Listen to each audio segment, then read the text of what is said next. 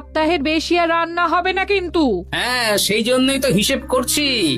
বাড়িতে অপ্রয়োজনীয় যা যা জিনিসপত্র আছে সেসব বেচে দেব। আর বেচার মতো কিছুই নেই গো। দেখো, তুমি সব সময় আমার পরেই খাও, তাই আমাদের একটা করে থালা বাটি বেচে দিলে তো কোনো সমস্যা নেই গিন্নি। এই তোমার মাথাটা কাজ করছে না।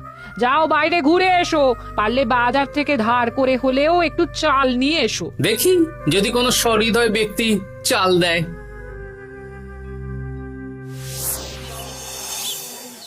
না গোপাল দাদা, বাজারের অবস্থা খুব খারাপ, আর আমি ধারে বিক্রি করছি না। আহা, আরে আমি কোনোদিন তোমার একানাও বাকি রেখেছি বলো? আমি বুঝতে পারছি গোপাল দাদা, কিন্তু আমিও নিরুপায়। গত মাসের বেতন এখনো পাইনি। মহারাজ অনির্দিষ্ট কালের জন্য রাজসভা বন্ধ রেখেছেন। বিশ্বাস করো, বিশ্বাস করো, বেতন পেলেই তোমার ধার আমি মিটিয়ে দেবো। এই সপ্তাহ খানেক আগে একই কথা বলে সেনাপতি ধারে 25 কেজি চাল নিয়ে গেছেন। এখন ওনার কোনোই পাত্তা নেই। কি যে করি, কাছের বন্ধু বলতে বিজ্ঞানী আর সভাকবি। দেখি ওদের বাড়িতে একবার ঢুঁ মেরে।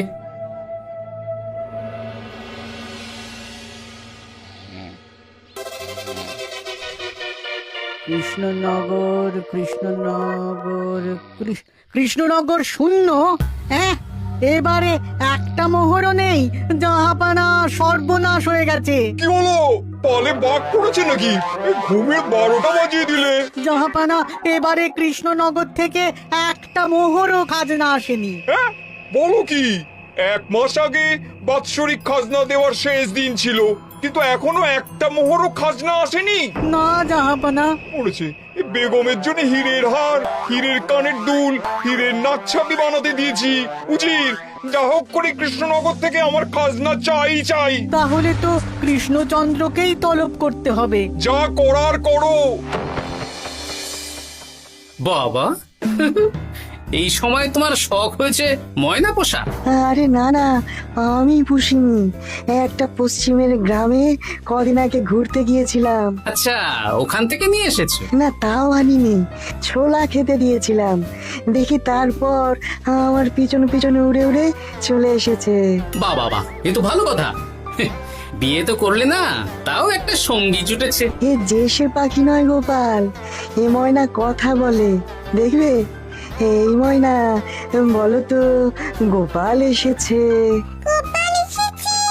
আরে বাস, বলো তো গোপালের ভুঁড়ি আছে আমার নেই। বেশ বেশ বেশ। এ ভোরবেলা আমার কাছে আসে, সারাদিন আমার কাছে থাকে, আবার সন্ধে হলেই নিজের বাসায় নিজে নিজেই ফিরে যায়। বুদ্ধিমান পাখি। ওই গ্রামে শাখে শাখে ঝাঁকে ঝাঁকে ময়না। বেশ, বুঝলাম। তা বিজ্ঞানী, তোমার কাছে আমি আসলে একটা দরকারে এসেছি। বলো কি দরকার? আসলে ওই টানাটানির সংসার চলছে, বুঝলে। বাড়িতে চাল বাড়ন্ত, কদিন পরে হাঁড়ি চড়বে না। তুমি কিছু পয়সা ধার দিতে পারবে? আরে এমন করে বলছো কেন? আমার তো সংসার নেই, এত খরচও নেই। তুমি বাড়ি যাও, আমি 2 বস্তা চাল পাঠিয়ে দেব। ধন্যবাদ বিজ্ঞানী, তোমার মতো বন্ধু পাওয়া মুশকিল। বন্ধুত্বে এইসব ধন্যবাদ দেওয়ার দরকার নেই, একে অপরের পাশে থাকলেই হলো।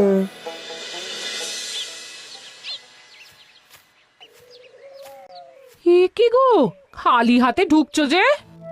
বিজ্ঞানী আমাদের 2 বস্তা চাল পাঠাবে, তাই কিছুটা হলেও চিন্তা কমলো, বুঝলে। ওমা, এই তো সারা বাজার ঘুরে তো ধারে চাল পেলাম না, অগত্যা বিজ্ঞানীর বাড়ি গেলাম। উনি সত্যি তোমার বন্ধু? হ্যাঁ গিন্নি, জানি না কতদিন আমাদের রাজসভার সমস্যাটা চলবে। দেখি অন্য কোনো কাজে লাগতে হবে, বুঝলে। এই দেখো দেখো, যা করার তাড়াতাড়ি করো, এভাবে তো আর চলতে পারে না গো।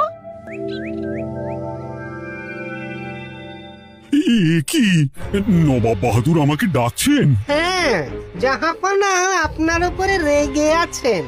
অতি সত্বর আপনাকে দেখা করতে বলেছেন। এবারে চাষাবাদের মন্দার কারণে রাজস্ব আদায় তেমন ভালো হয়নি, তাই খাজনা পাঠাতে পারিনি। আর কিছুদিন অপেক্ষা করতে বলুন, আমি ঠিক খাজনা পাঠিয়ে দেব।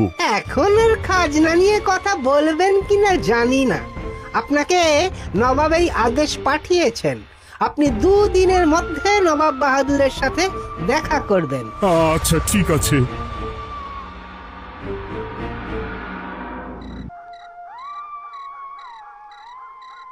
মহারাজ, এই বিপদের সময় আপনাকে একমাত্র একজনই সাহায্য করতে পারে, আর সে হলো গোপাল। আমি কোন মুখে গোপালকে ডাকবো বলো তো রানী? দীর্ঘদিন ওদের বেতন দিতে পারছি না।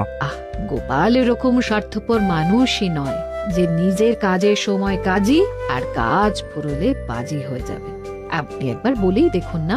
বেশ, তাহলে আগামীকাল সকালেই গোপালকে ডেকে পাঠাচ্ছি।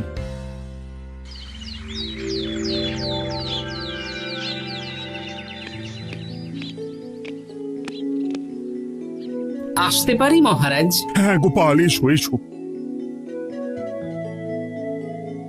মহারাজ আমাকে হঠাৎ ডেকে পাঠালেন যে?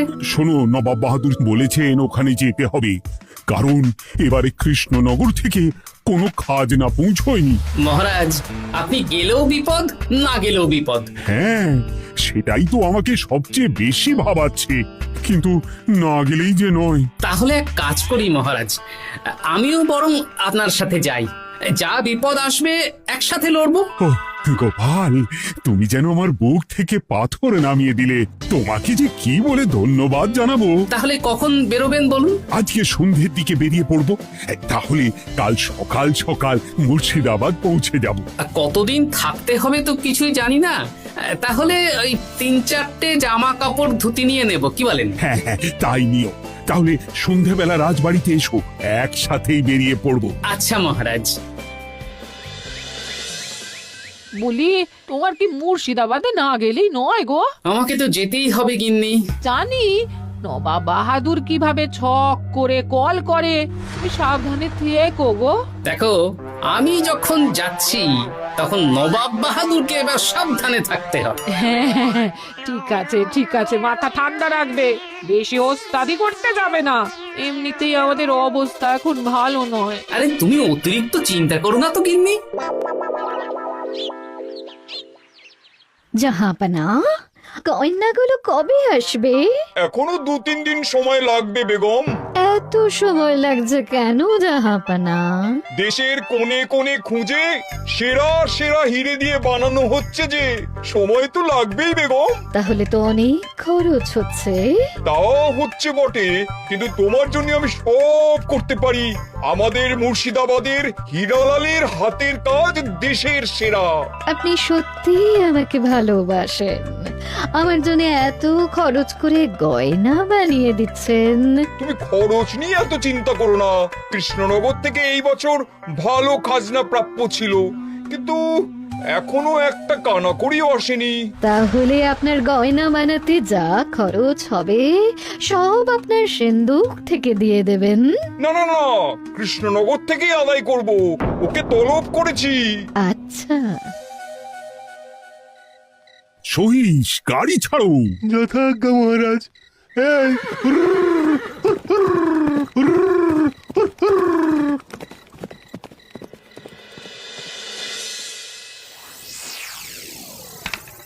এত রাতে আবার কে এলো রে বাবা? খুলছে খুলছে।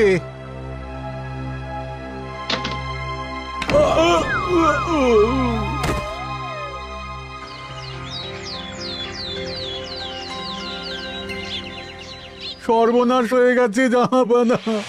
কি হয়েছে হীরালাল? নবাব বাহাদুর, মহারাজ কৃষ্ণচন্দ্র আর গোপাল এসেছেন আপনার সাথে দেখা করতে। ওদের দরবারে আসতে বলো। হ্যাঁ, এবার বলো হীরালাল, কি হয়েছে? এই, তোমার মাথায় পট্টি কেন? জাহাপানা, গত রাতে আমার সর্বস্ব লুট হয়ে গেছে। বলো কি হীরালাল? তোমার কাছেই তো বেগমের হীরের সব গয়নাগাটি বানাতে দিয়েছিলাম। হ্যাঁ জাহাপানা, সব গেছে। আমার মাথায় মেরে সব লুট করে নিয়ে গেছে। এবার আমি কি করব জাহাপানা? বেগম সাহেবা, আপনার গয়না যে হীরালাল শেখরার কাছে জাহাপনা বানাতে দিয়েছিলেন, ওনার সব লুট হয়ে গেছে। মানে? আমি এক্ষুনি নিজের কানে শুনে এলাম, এখন হীরালাল শেখরা এসেছে। আমি এক্ষুনি যাচ্ছি। কি করব জাহাপানা, আমার তো সব শেষ হয়ে গেল। আমি কোনো কথা শুনতে চাই না, আমার ওই হীরের গয়নাগুলো চাই। চাই বললেই তো পেয়ে যাবে না। এখন এই গয়না শুধু নয়, হীরালালের সব সোনা দানা চুরি হয়ে গেছে। সেগুলো খুঁজে পেতে হবে। বিগত কয়েক বছর আমার মুর্শিদাবাদে কোনো চুরি ডাকাতি হয়নি। প্রত্যেকটা গ্রামবাসী সুখে শান্তিতে আছে। বাইরের কোনো শত্রু আসারও সুযোগ নেই। গ্রামের সীমানায় দিন রাত প্রহরী থাকে। যদি এসেও থাকে পালাতে পারবে না। এবারে তাহলে চোরটা কে বুঝবো কি করে?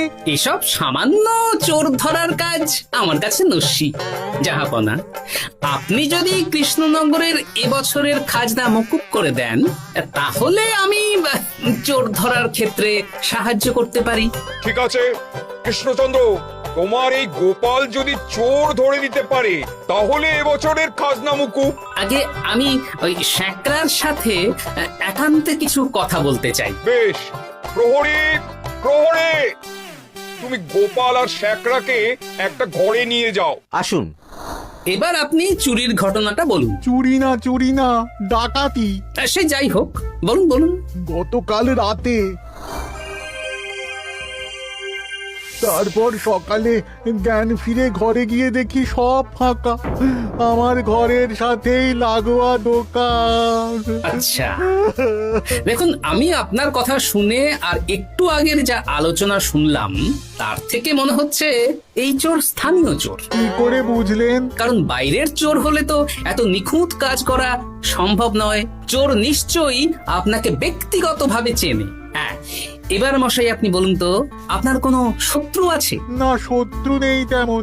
আমার সাথে কারো সম্পর্ক খারাপ নেই। আর আমাদের পাড়ায় সবাই ব্যবসায়ী, সবাই সম্ভ্রান্ত লোকজন। বেশ, তাহলে সব ব্যবসায়ীদেরকেই রাখতে হবে। আমি নবাব বাহাদুরকে বলে দিচ্ছি, আপনি এখন আসুন। নবাব বাহাদুর, আপনি ওই গ্রামের সকল ব্যবসায়ীদের আপনার মহলে ডাকার ব্যবস্থা করুন। সবাই কিন্তু বেশ সম্ভ্রান্ত ব্যবসায়ী। সে হোক না, ওই গ্রামে তো সবাই ব্যবসায়ী, আর বাইরের কোনো লোক গ্রামে ঢোকেনি বা বাইরেও যায়নি। তাই যদি কেউ চোর থেকে থাকে তাহলে ওই ব্যবসায়ীদের মধ্যেই আছে। বেশ, আমি সবাইকে আমার মহলে নিয়ে আসার ব্যবস্থা করছি। আর একটা ফাঁকা বড় ঘর চাই, যেখানে চোর ধরার পরীক্ষা হবে। আর সেই ঘরে আমাদের কৃষ্ণনগরের ঘোড়া চোর ধরবে। হ্যাঁ, ঘোড়া চোর ধরবে? হ্যাঁ, যে ঘোড়ার গাড়িতে আমরা এসেছি সেই ঘোড়া। যদি চোর না ধরতে পারো তাহলে পুরো খাজনা তো গায়ের জোরে নেব, সাথে সাথে কৃষ্ণনগরটাও কেড়ে নেব। আমার উপর একটু ভরসা রাখুন নবাব বাহাদুর, আর যা বললাম করুন। বেশ, শুনুন, এই ঘরে আমার এক প্রিয় ঘোড়া আছে, আর সামনে একটা বালতিতে ছোলা সেদ্ধ রাখা আছে। আপনারা সকল ব্যবসায়ীগণ একে একে যাবেন, দরজা ভিতর থেকে বন্ধ করবেন, আর ঘোড়াকে এক মুঠো করে ছোলা খাইয়ে ফিরে আসবেন। তারপর কি বাড়ি চলে যাব? না, সবার ছোলা খাওয়ানো হয়ে গেলে আমি ঘোড়ার কাছে যাব, আর ঘোড়া কানে কানে আমাকে বলে দেবে কে চোর। তাহলে আর দেরি কেন, সবাই একে একে যাও।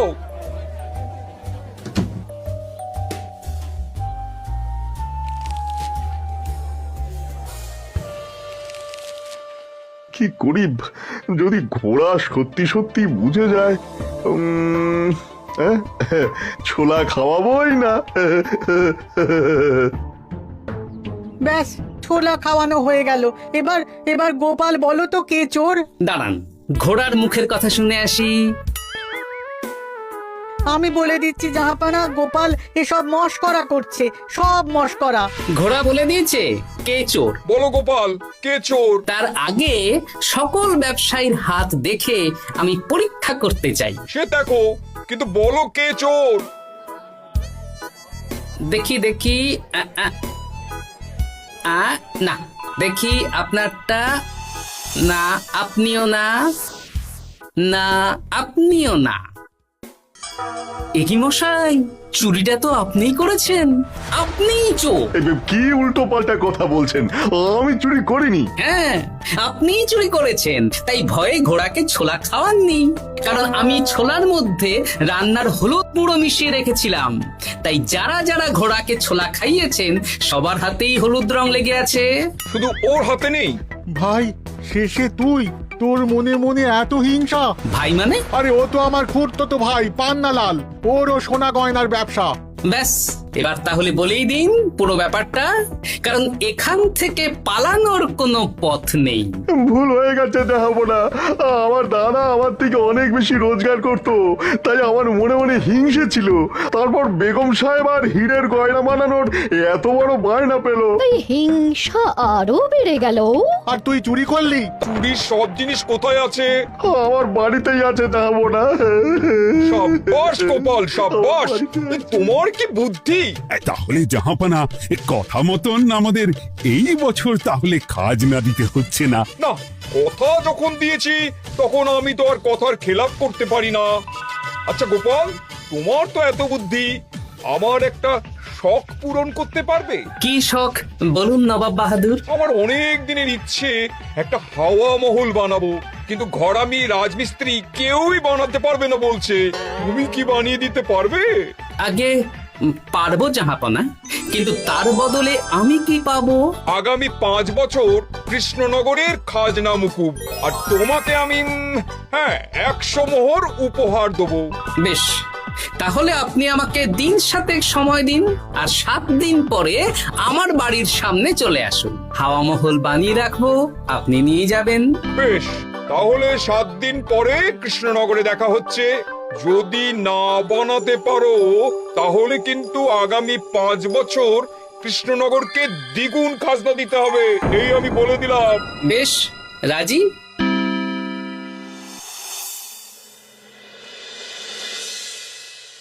বেশ তো বড় মুখ করে বলে দিলে হাওয়া মহল বানাবে। রাজি রাজি। এবার যদি না বানাতে পারো, সব তো উল্টে যাবে। আপনি চিন্তা করবেন না মহারাজ, নবাব বাহাদুর আমাকে প্যাঁচে ফেলতে চেয়েছেন, তাই আমিও ওনাকে ঘোর প্যাঁচ দেব।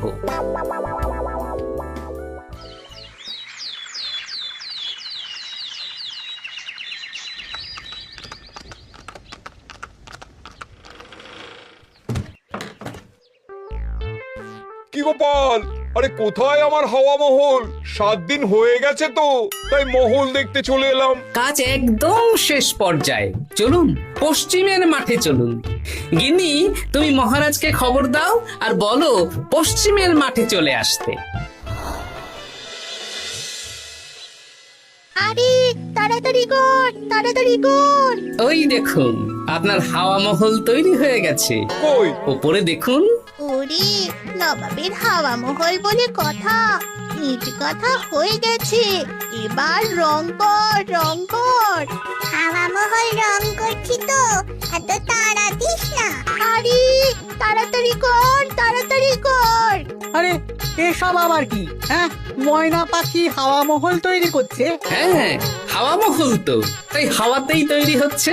হাওয়া তো আর চোখে দেখা যায় না, আমি তৈরি করিয়ে দিয়েছি। এবার জাহাপানা আপনি নিয়ে যান। হয়ে গেল, এবারেও গোপাল দাও মেরে দিল। মানে আমি কি করে? সে তো জানি না জাহাপনা, আপনি বলেছিলেন হাওয়া মহল বানিয়ে দিতে হবে, আর আমি আপনার আবদার পূরণ করেছি। এখন আগামী 5 বছর আমরা খাজনা মুক্ত। সাব্বাস গোপাল। ওরে, রংটা ভালো করে কর, ভালো করে কর। নবাবের হাওয়া মহল। গোপাল, তুমি সত্যিই বুদ্ধিমান, তোমার বুদ্ধির জবাব নেই। শোনো, আগামী 5 বছর কৃষ্ণনগরে খাজনা মুকুব, আর এই নাও তোমার 100 মোহর উপহার। এবার বলো, তুমি এই অসম্ভবকে সম্ভব করলে কি করে? আমি বুঝতেই পেরেছিলাম, আপনার মুর্শিদাবাদের চোর ধরার পরে আপনি আমাকে যখন হাওয়া মহল বানাতে বললেন, তখন নিশ্চয়ই কোনো উদ্দেশ্য আছে। কারণ আপনি তো মন থেকে চাননি যে খাজনা না দিয়ে আমরা মুক্তি পাই। তাই গোপাল এই চালটা চাললো। যদিও আমি গোপালকে একটু সাহায্য করেছি। কিরকম সাহায্য? কদিন আগে আমি বিজ্ঞানীর ঘরে গিয়ে দেখি একটা ময়না হুবহু মানুষের মতন কথা বলছে। আর বিজ্ঞানী বলল এরকম অনেক ময়না পাখি আছে। ব্যাস এই এক সপ্তাহ ধরে আমি ময়নাগুলোকে বিভিন্ন বুলি শেখালাম আর ওরা সেগুলোই বলে চলেছে। নয়, হ্যাঁ। ওরে রংটা ভালো করে কর, ভালো করে কর, নবাবের হাওয়া মহল। মহারাজ 100 মোহর আপনি রাখুন। আমাদের সব সভাসদদের এই মোহর থেকেই আপাতত বেতন দিয়ে রাজসভা শুরু করুন। ধন্যবাদ গোপাল, তোমাকে আমার সভাসদ পেয়ে আমরা সবাই ধন্য। আর বিজ্ঞানীকেও।